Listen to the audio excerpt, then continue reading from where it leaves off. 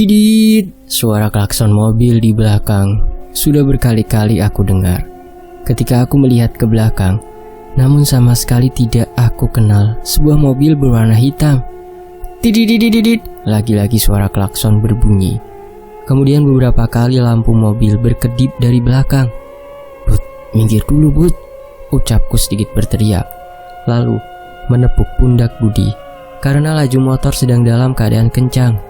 Budi langsung menepikan motor, walaupun hampir saja terjatuh saking terburu-buru. Anehnya, kepala Budi langsung mengangguk berkali-kali, lalu seperti memberikan kode agar aku mendekat pada mobil yang ternyata sama, langsung menepi ke arah kiri bahu jalan, yang untungnya cukup luas. "Gam!" teriak seorang perempuan turun dari mobil. "Astagfirullah, Rina," ucapku langsung mendekat ke arah mobil berjalan dengan cepat, dengan jantung yang berdetak kencang. "Gam, ini penting Gam," ucap Rina terbata-bata. Wajahnya sangat ketakutan sekali. "Tenang Rin, tenang. Atur nafas kamu dulu, biar bicaranya jelas," ucapku yang sudah berdiri di samping pintu mobil. "Wawan Gam, suami aku kritis di rumah sakit. Apalagi ketika Dewi dan Teh Lasmi pulang semakin parah.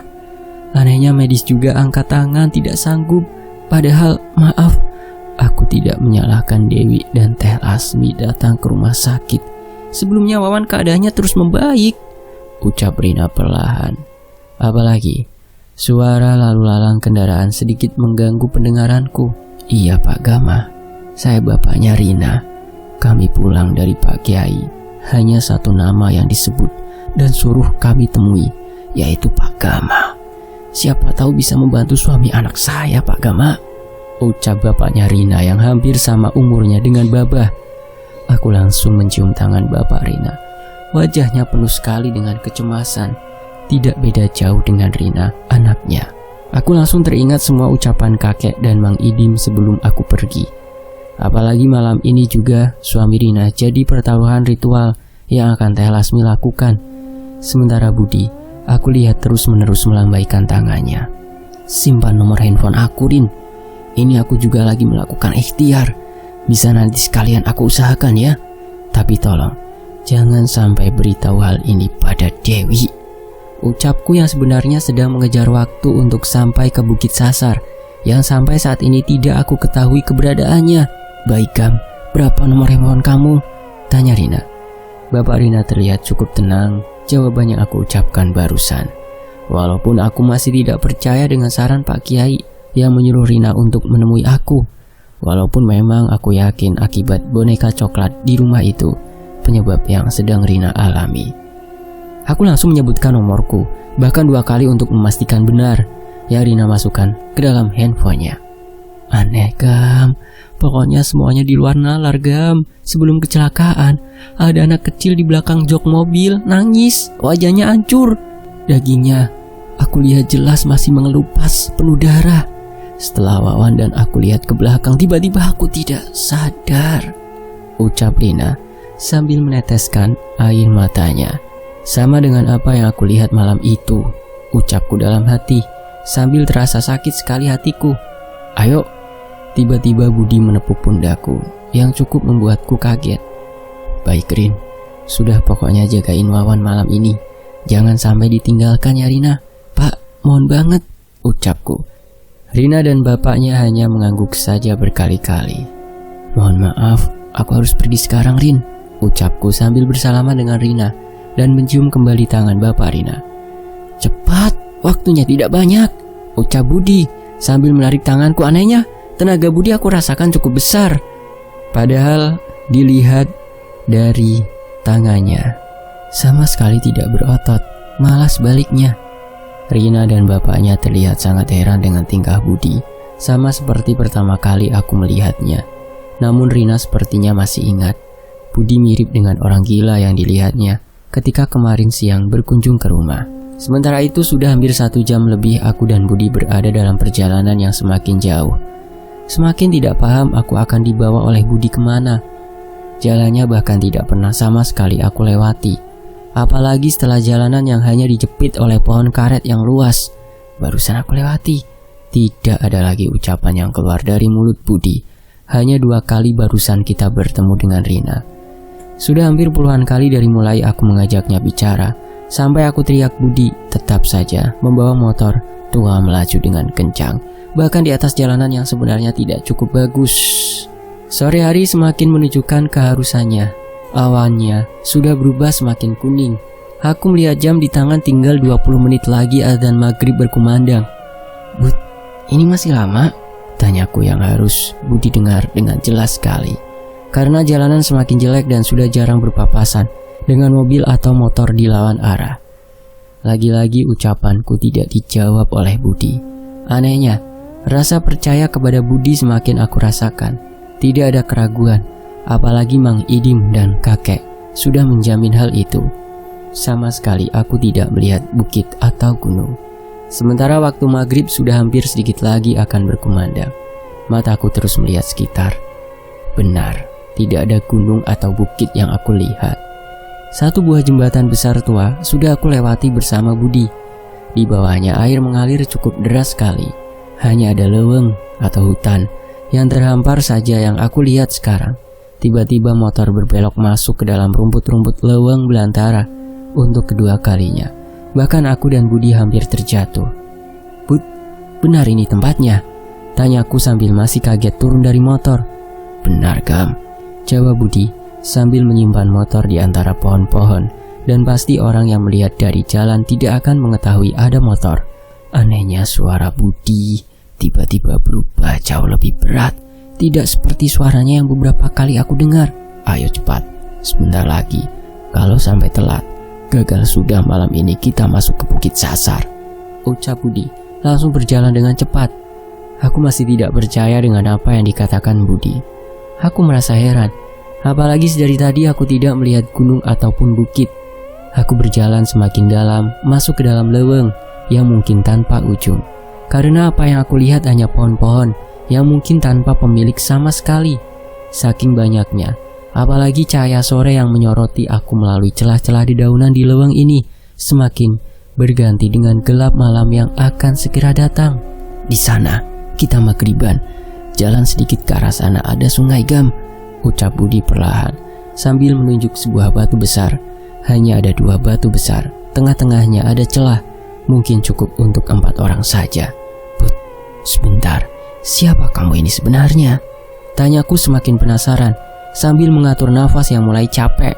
Sementara keringat sudah bercucuran, apalagi tidak membawa air sama sekali. Tenggorokanku sudah benar-benar kering. "Duduk silakan, Gam," ucap Budi sambil menundukkan kepalanya yang kembali tidak menjawab ucapanku. Setelah membersihkan batu dengan dedaunan yang Budi ambil langsung dari pohon kecil, Budi duduk di sebelahku. Matanya terus mengelilingi hutan yang semakin gelap. Aku melihat jam tua, bahkan sudah memasuki waktu adzan maghrib. "Cuman ada 2 sinyal," ucapku sambil mengambil handphone yang tersisa 3 garis baterainya.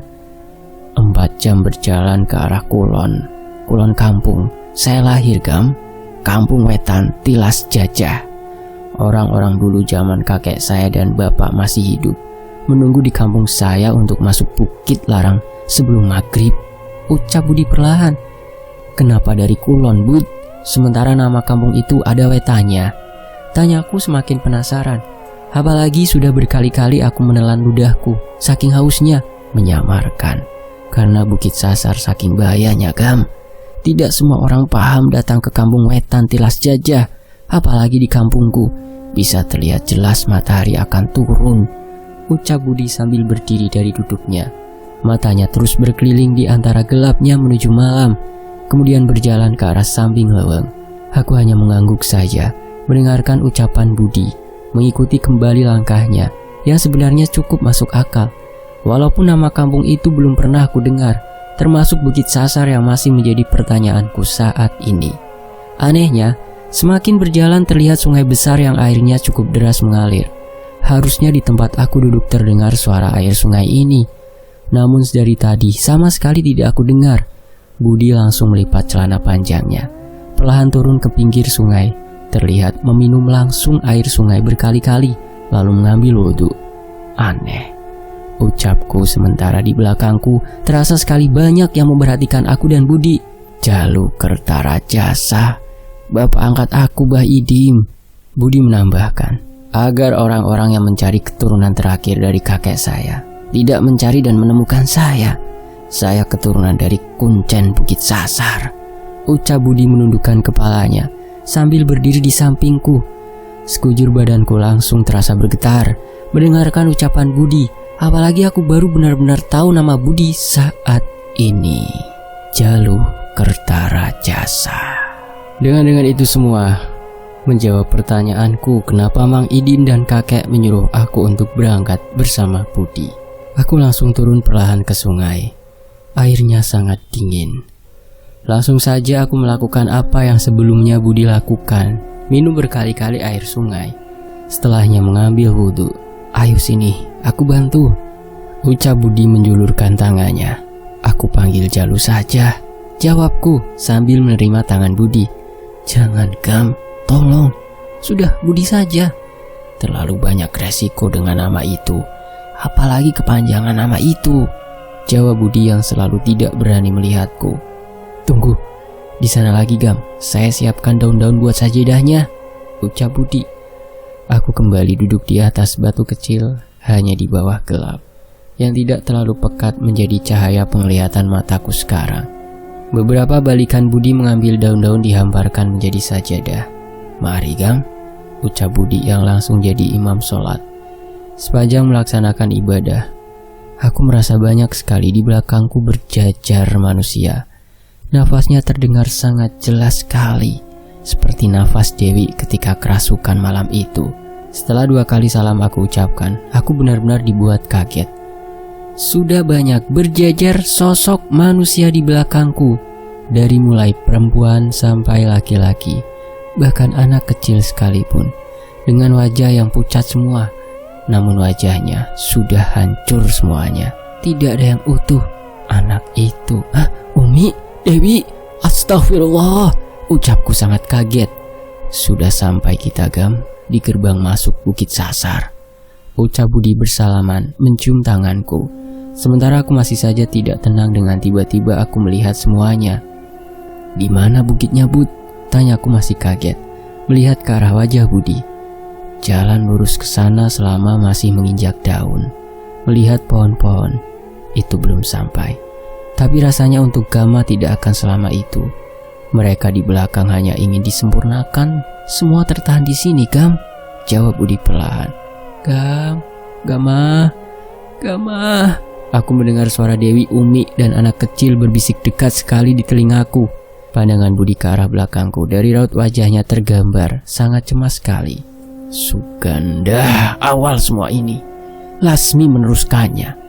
Jangan sampai Dewi selanjutnya. Putuskan sekutu itu Gam.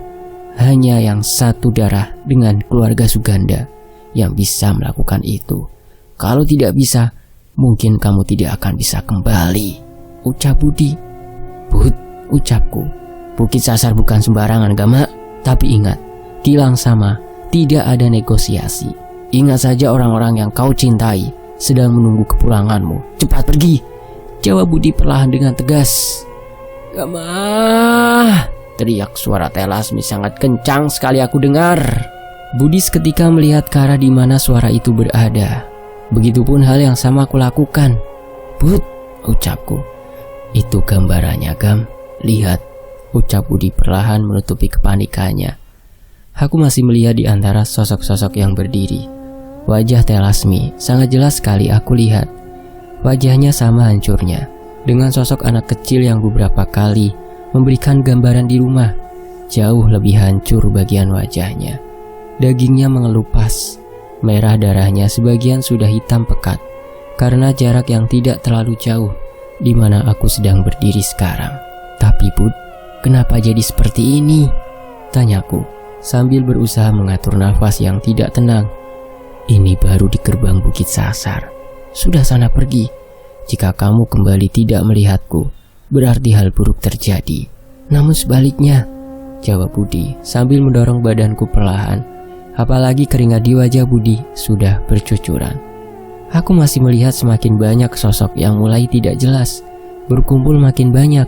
Apalagi perkataan Budi masih aku ingat, bahwa Budi atau bernama asli Jalu itu masih keturunan Kuncen Bukit Sasar. "Ke depan terus," ucap Budi. Aku hanya mengangguk. Apalagi kembali teringat bagaimana kondisi Umi di rumah, juga Dewi yang belum sama sekali menerima kabar. Sementara itu hanya daun-daun setinggi betis saja yang sekarang aku injak. Sementara pencahayaan benar-benar gelap. Beberapa kali aku melihat handphone, sama sekali tidak ada sinyal. Bukit Sasar adalah alam lain dari leuweung ini. Sambil terus berjalan tidak tahu arah, hanya berusaha meluruskan langkah kaki saja. Suara daun-daun yang aku lewati tidak jarang aku dengar. Juga angin-angin yang menghampiri pepohonan di sekitarku. Semakin terasa langkahku, semakin jauh. Namun tetap saja aku tekadkan niat semakin kuat. Sudah hampir setengah jam lebih aku berjalan, sementara pohon-pohon yang makin besar sudah aku lihat. Namun sama sekali belum ada gambaran di mana Bukit Sasar itu berada. Apalagi yang menjadi patokanku, tanah berem atau tanah merah yang luas, sesuai apa yang pernah aku lihat sebagai gambaran. Rasa pegal aku rasakan di bagian kaki. Apalagi cahaya memang benar-benar gelap gulita. Aku menggunakan handphone jadul sebagai pencahayaan. Walaupun baterainya hanya tersisa 1 baris, tidak akan lama lagi mati. Keringat sudah memenuhi seluruh badanku. Apalagi sekarang yang menjadi masalah adalah rasa haus yang datang kembali seperti sebelumnya. Habis lagi baterainya. Sambil melihat jam terakhir dalam handphone pukul 19 malam ini. Artinya sudah setengah jam kurang lebih meninggalkan Budi. Anehnya aku merasa bukan aku yang berjalan sekarang, tapi pohon-pohon di sekitarku yang bergerak dengan perlahan. Beberapa kali aku mengucek 2 mataku untuk memastikan apa yang aku lihat. Mungkin lelah. Sambil berjalan perlahan, kemudian duduk di salah satu akar pohon yang cukup besar. Tidak ada yang bisa aku lihat selain pohon dan gelap.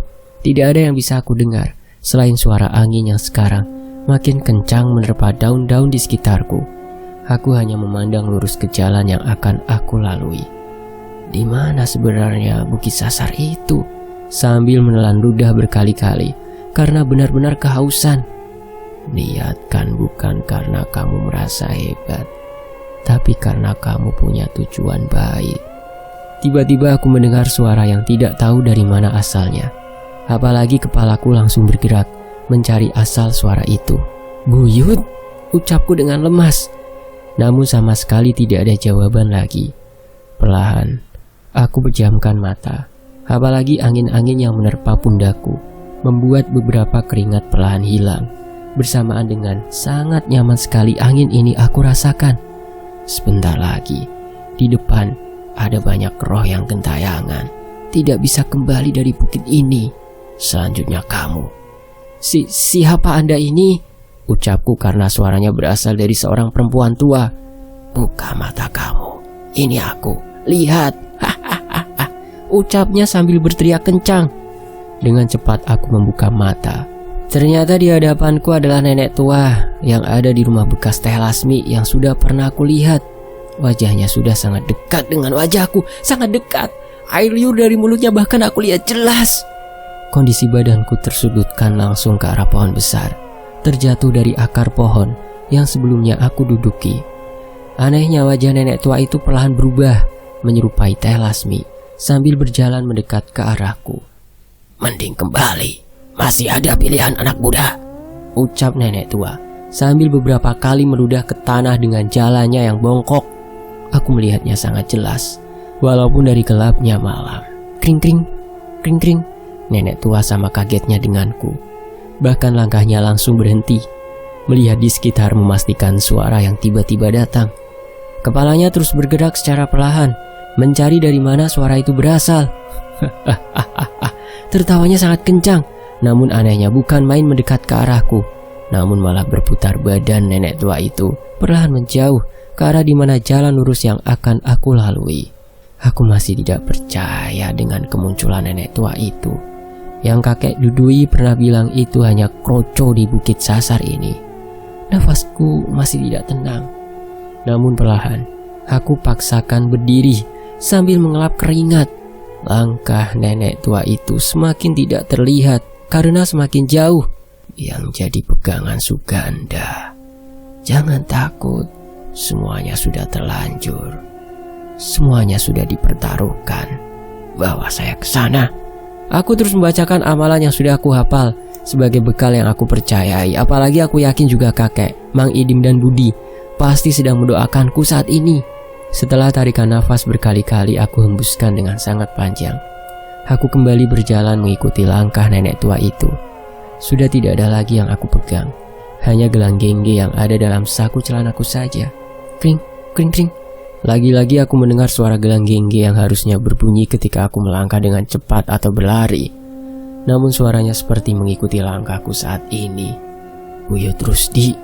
Aku yakin Buyut sedang berada di belakangku. Walaupun sama sekali tidak pernah aku pastikan keberadaannya.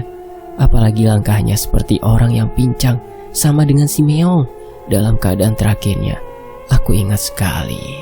Makin jauh ini batinku yang mulai membaca dalam hati semua amalan yang aku hafal, meminta pertolongan juga dari Maha Pencipta alam dan segala isinya.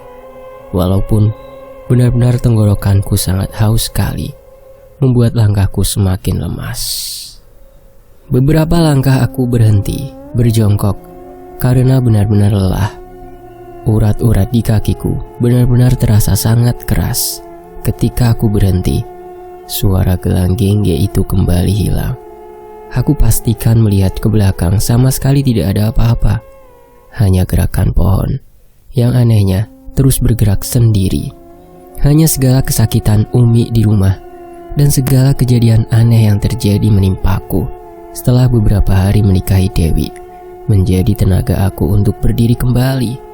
Walaupun baru 5 langkah aku kembali berjongkok karena benar-benar terasa pegal. Bahkan duduk di atas tanah, badanku tertutupi oleh daun-daun yang makin tinggi. Kalau bukan karena ibadah yang sudah aku janjikan dalam hati menikahi Dewi, kesakitan Umi di rumah, dan segala keanehan yang datang, rasanya tidak perlu aku ada di sini. Sambil aku memegang bagian kaki yang sangat keras sekali. Apalagi aku sudah kehausan. Mataku mulai melemah. Beberapa kali aku usap karena keringat yang terus bercucuran. Apalagi gelapnya malam semakin pekat. Apa yang membuat kamu datang ke sini selain ingin melepaskan kutukan itu? Ucap seorang nenek tua. Perlahan mataku terbuka setengahnya. Bayangan setengah gelap sudah aku lihat. Namun anehnya, sudah tidak ada pohon-pohon besar di sekelilingku. Minum ini. Siapa kamu? Ucapku sambil memundurkan badan karena benar-benar kaget. Penjaga Lasmi, Suganda. Kamu tidak akan kembali lagi, Gama. Percuma kamu membawa Mayong Hideng. Harusnya kalau mau, dari dulu Langsa mana bisa menghancurkan tempat ini. Nyatanya tidak. Jawab nenek tua sambil memberikan aku minum. Anehnya tidak langsung aku minum air yang berada dalam gelas bambu tua itu. Padahal aku sangat haus sekali. Nenek tua itu malah memainkan rambutnya. Seketika aku ingat kerasukan Dewi malam itu. Pahaku tiba-tiba panas sekali. Badanku terasa sangat dingin. Padahal keringat bercucuran memenuhi badan. Perjanjiannya sudah bukan dengan yang lain, yang dikorbankan darah dagingnya.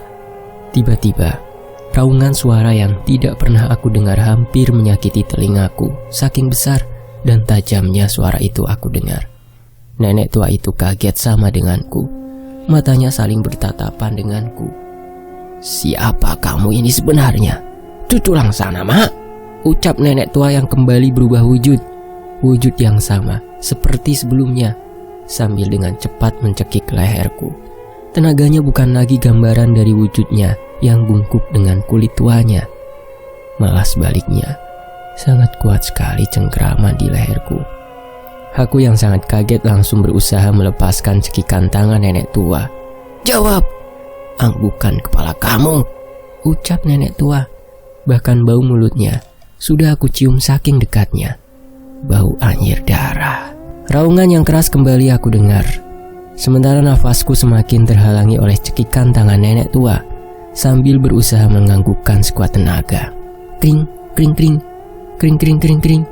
Suaranya semakin keras, seperti ada langkah besar yang semakin mendekat, seperti langkah binatang besar. Namun tidak pernah aku lihat, sambil berusaha menahan cengkraman tangan nenek tua yang mencekik semakin kuat. Semakin mendekat, namun nafasku semakin perlahan berkurang. Tenaga semakin melemah, apalagi cengkramannya malah bertambah kuat. "Anak sialan!" ucap nenek tua teriak dengan sangat marah. Urat-urat di wajahnya berubah semakin keluar. Mataku perlahan melemah. Beriringan dengan itu, aku seperti sudah menyerah. Sementara itu di sisi lain, Kakak, bangun, ayo main sama Nana. Hei kak, bangun ayo."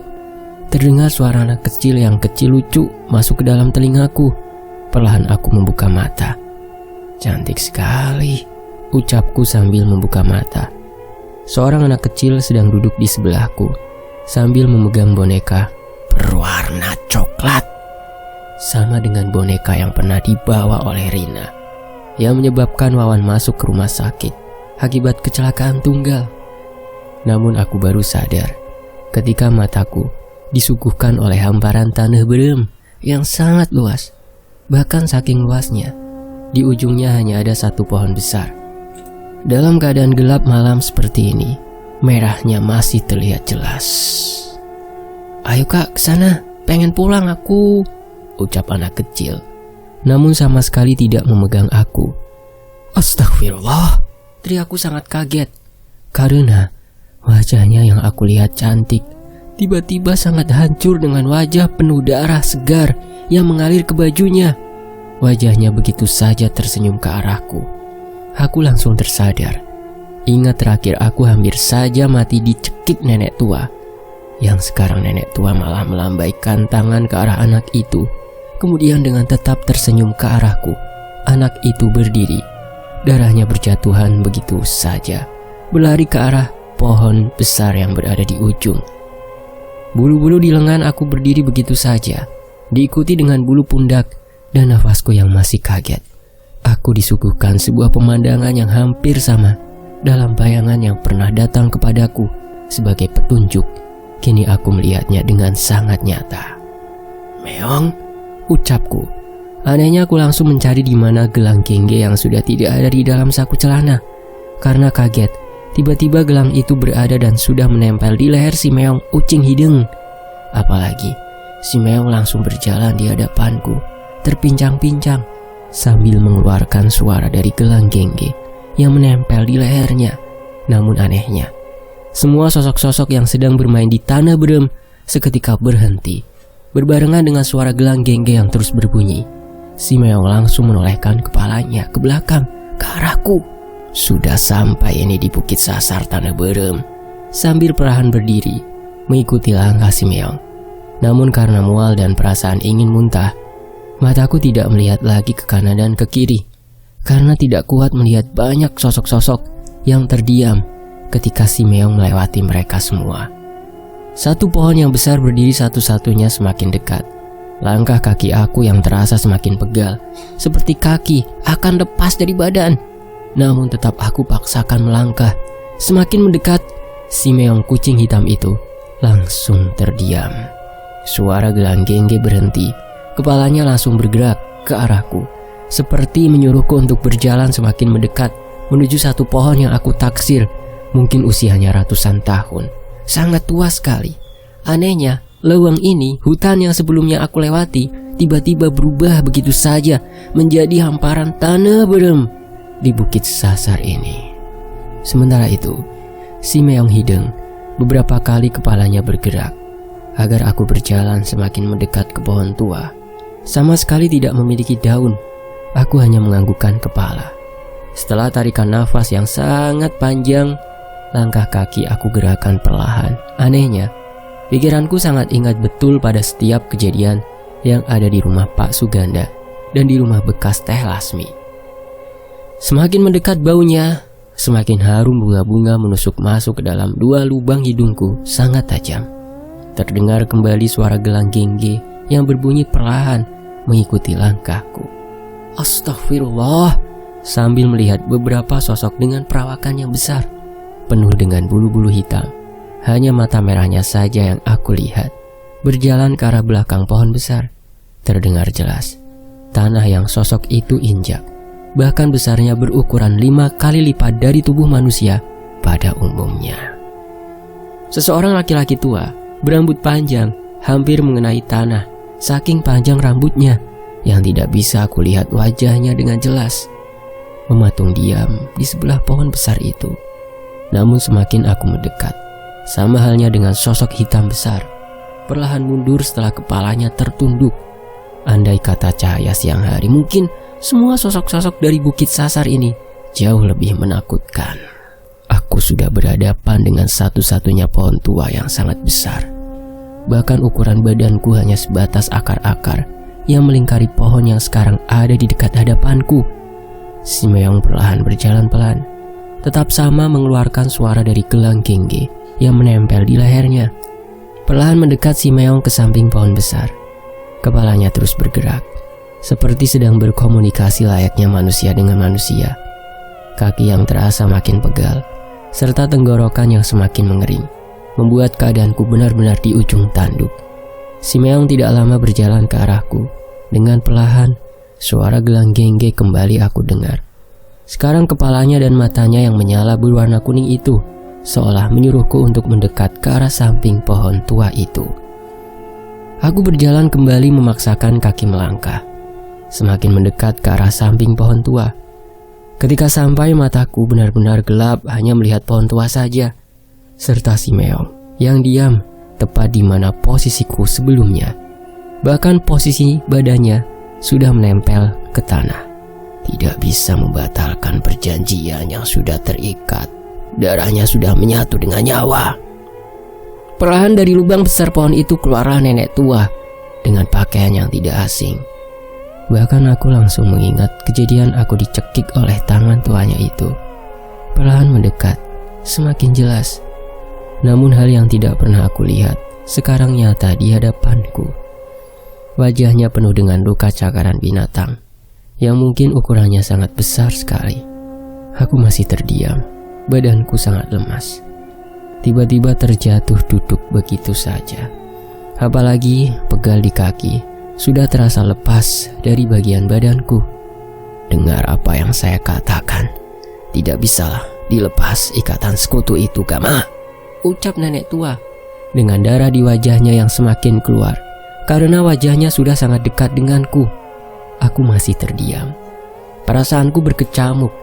Apalagi ini pertama kali melihat nenek tua dengan wajah semakin jelas. Namun darah dan suaranya benar-benar membuatku ketakutan. Dikjaya adikku Nagama, aku kira tekadmu tidak sekuat ini. Tapi sayang sekali, kedatangan kamu ke tempat ini sia-sia. Buang-buang waktu. Sementara ibu kamu akan bernasib sama, tumbal. Seorang kakek tua yang berambut panjang hanya melihat tajam ke arahku, sambil kepalanya mengangguk tepat di bawah lubang pohon besar itu. Namun aku baru sadar saking pekatnya gelap malam ini, sudah banyak sekali cahaya-cahaya seperti mata berwarna merah. Barulah bau bunga-bunga yang sedari tadi aku cium berubah menjadi bau amis darah. Namun tidak tahu kenapa barulah hatiku tergerak untuk membaca ayat-ayat dalam hati dan amalan, sambil mengingat ucapan yang aku yakini benar. Buyut Rusdia mengatakan, niatkan bukan karena kamu merasa hebat, tapi karena kamu punya tujuan baik. Sementara itu, ulang pun percuma, Gama, sudah tidak bisa. Lihat kenal siapa di sana? Ucap nenek tua dengan senyum manis menakutkan. Wajahnya yang robek akibat cakaran binatang. Pak Suganda? Ucapku sangat kaget. Sudah berdiri sejajar dengan kakek tua di bawah lubang pohon. Walaupun tidak sangat jelas aku melihatnya, namun matanya sama dengan sosok-sosok yang berdiri banyak di sebelah pohon tua. Ibumu sudah akan mati, ucap nenek tua sambil berdiri dan tertawa sangat keras sekali. Aku datang ke sini untuk melepaskan kutukan persekutuan kalian. Aku menikahi Dewi bukan untuk ikut campur urusan kalian. karena ibadah. Datang ke sini tujuanku baik, bukan untuk apa-apa di tempat ini, ucapku sambil berusaha berdiri, memaksakan tenagaku yang tersisa saat ini.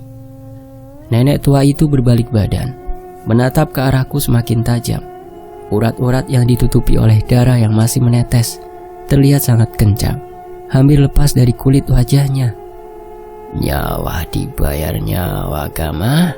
Ibumu sudah akan meninggal. Dengan datang ke sini, kamu seperti membunuh ibumu dan istrimu, ucap nenek tua.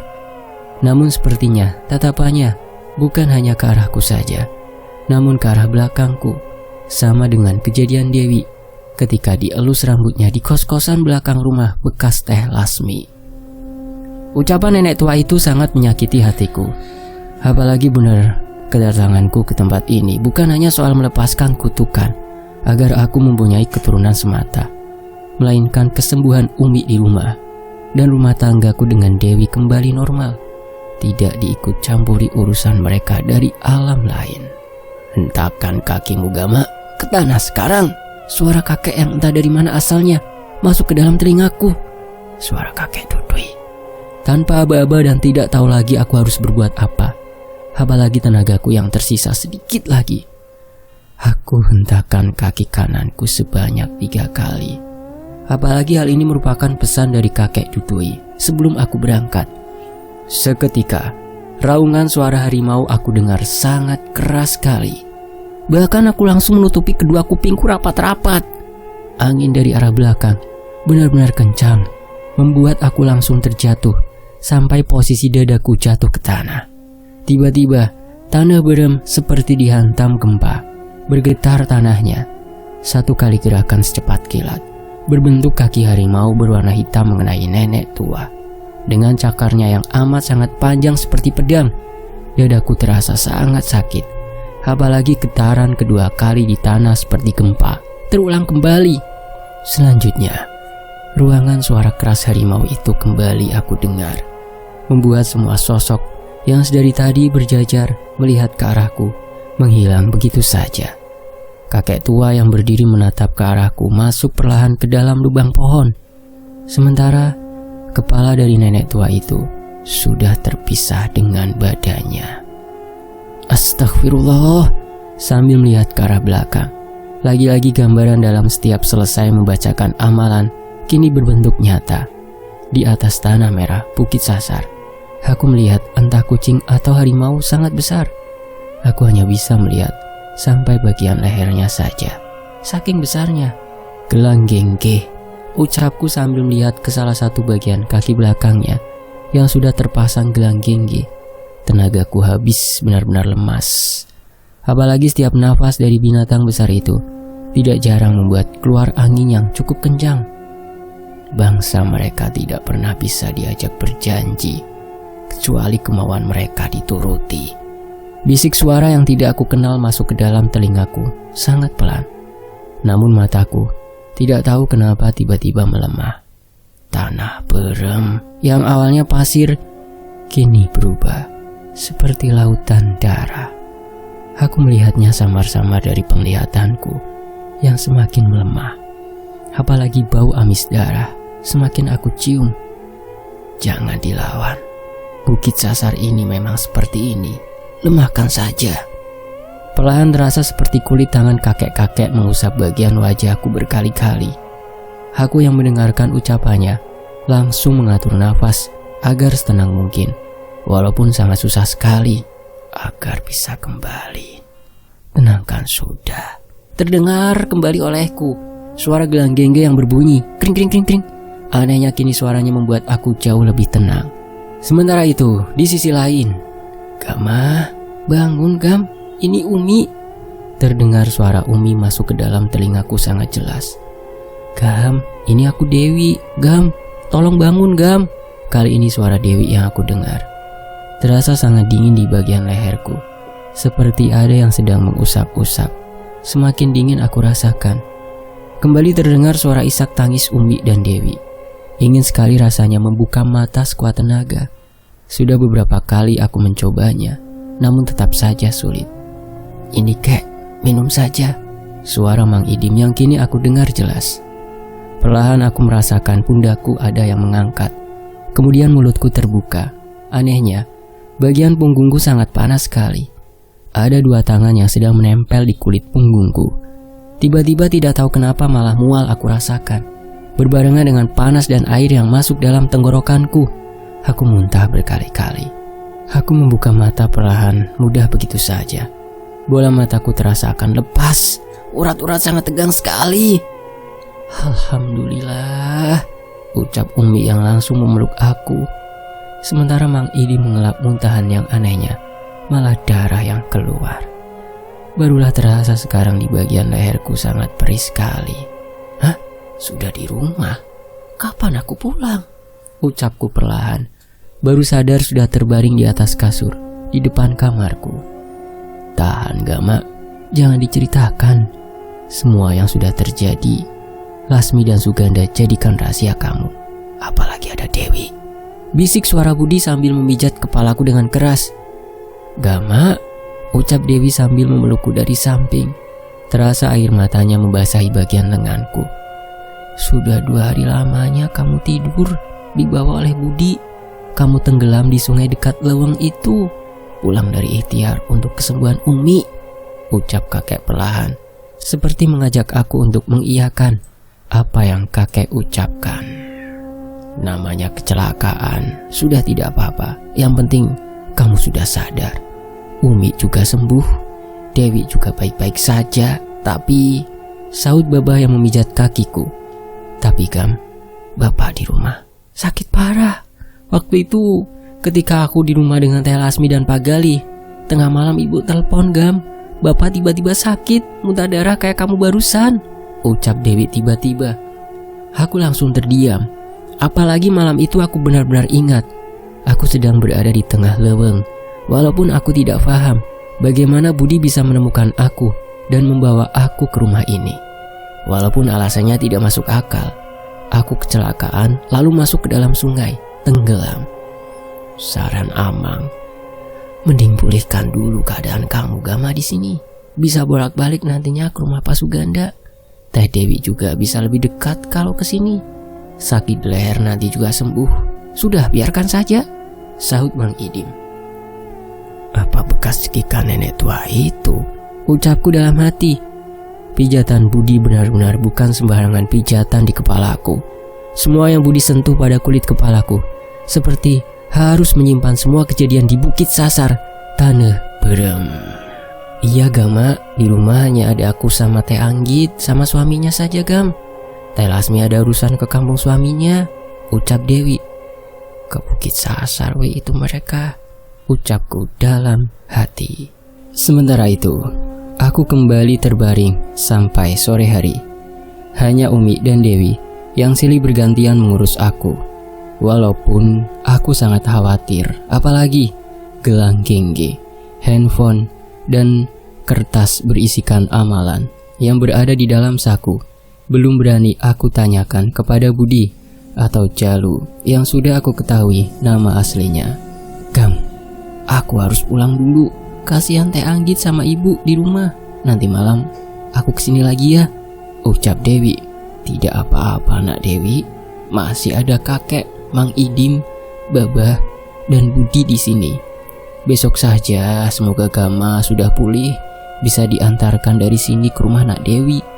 Salam buat Ibu Mulyani dan Teh Anggit ya, dari kakek, ucap kakek, seperti memaksa Dewi untuk tidak dulu datang kembali. Dewi, Mang Idim dan Budi berpamitan untuk pulang, apalagi hari sudah semakin sore. Besok sembuh ya Gam, aku khawatir banget, kata Dewi sambil mencium tanganku sebagai suaminya. Gam, saya malam kesini ya, pamit Budi. Aku hanya menganggukkan kepala saja, walaupun Budi hanya bicara kepadaku saja, sisanya dari tadi hanya diam. Selepas maghrib, aku berusaha untuk bangun, walaupun masih terasa lemas. Namun kakek Dudui yang meminta untuk sedikit dipaksakan, apalagi 2 hari aku terlewat ibadah sudah diganti oleh zakat oleh kakek yang lebih paham sebuah aturan syariat. Selesai berjamaah maghrib dengan kakek, Sidik dan Nandang, aku dipaksa untuk makan oleh Umi. Benar saja, Aku seperti baru berjumpa dengan sebuah nasi setelah sekian lama. Pelan-pelan, ucap Umi. Sementara itu sampai malam harinya hanya kakek saja yang menemani aku terbaring di kasur. Kakek tidak lepas-lepasnya menatap ke arah wajahku. Apalagi Sidik dan Nandang, dua adikku, belum berani bicara kepadaku. Begitu juga Babah dan Umi yang lebih mementingkan kondisiku pulih terlebih dahulu. "Ini simpan kembali," ucap kakek sambil memberikan gelang gengge. Tiba-tiba badanku bergetar, bulu pundakku berdiri, mengingat bagaimana semua kejadian di Bukit Sasar malam itu. Kakek bercerita bagaimana Budi pertama kali datang, langsung memberikan kertas yang sudah sobek, gelang gengge dan handphone. "Sudah, jangan cerita dulu. Dulu Buyut Rusdi tidak pernah cerita ketika pulang dari perjalanannya kemanapun sama anaknya, termasuk kakek yang masih hidup ini. Simpan, jadikan pegangan. Tapi percaya harus tetap pada Pencipta, Gusti Allah," ucap kakek sambil memasukkan kembali gelang gengge ke dalam saku celana yang aku gunakan. "Kek, apa semua ini sudah selesai? Bagaimana aku tiba-tiba bisa kembali ke rumah?" Tanyaku sangat heran. "Sudah aku tahan sejak aku tersadar siang tadi." "Belum tentunya, Jalu. Nanti tanyakan saja apa yang sebenarnya terjadi. Jalu atau Budi tidak pernah bicara dengan sembarang orang, apalagi terkait bukit itu, Gam," ucap kakek sambil menggelengkan kepalanya. "Selanjutnya Gama harus apa, Kek?" tanyaku sambil menelaah baik-baik semua ucapan kakek barusan. "Gam, tidak semuanya bisa diukur oleh logika dan perasaan. Gunakan ini. Selanjutnya kamu bakalan tahu semuanya," ucap kakek sambil menunjuk ke arah hatiku. Aku hanya mengangguk saja. Tidak tahu kenapa ucapan kakek selalu mudah aku pahami, walaupun perlu beberapa waktu untuk aku mengerti maksudnya. "Kek, apa benar perwujudan Buyut Rusdi, kucing hitam itu, berubah sangat?" ucapku. Sudah, jangan kamu cerita kepada kakek apa yang kamu alami. Batin Umi dan Babah kamu sudah merasakan. Kakek cukup tahu semuanya, walaupun tidak pernah melihat langsung. Tapi itu bukan sembarang cerita, Gam. Sisanya bisa jadi nyata, jawab kakek memotong ucapanku sambil menjatuhkan badannya di sampingku. Terlihat langsung memejamkan mata dengan berkali-kali menghembuskan nafasnya yang sangat panjang. Sementara itu aku hanya membaca pesan Dewi saja, yang memberikan kabar keadaan Pak Suganda semakin memburuk. Apalagi sudah masuk selang infusan yang menempel di lengannya. "Langsung ke rumah ya besok, Gam. Takutnya aku ngurus bapak sama ibu. Teh Anggit ada urusan. Teh Lasmi belum balas-balas pesan aku juga," isi pesan terakhir dari Dewi. Apalagi perasaanku sangat kuat. Pasti Teh Lasmi akan berkunjung ke Bukit Sasar. Wajahnya dan suara teriakannya masih aku ingat dan benar-benar mirip sekali sosok itu dengan Teh Lasmi. Terdengar suara gerbang tua rumah terbuka. Masuk satu buah motor. Apalagi aku baru saja menyimpan handphone di samping bantal.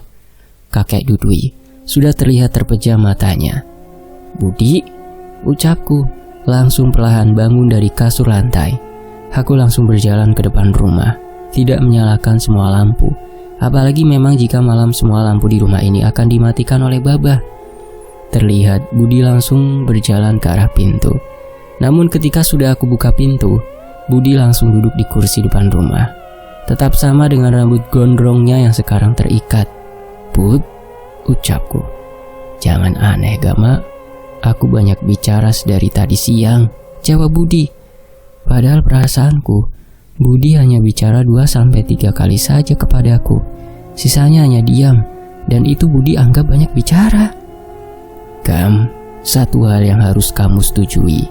Mau tidak mau, tidak ada pilihan, Gama. Jaga rahasia siapa aku, termasuk Bukit Sasar Tanah Berem.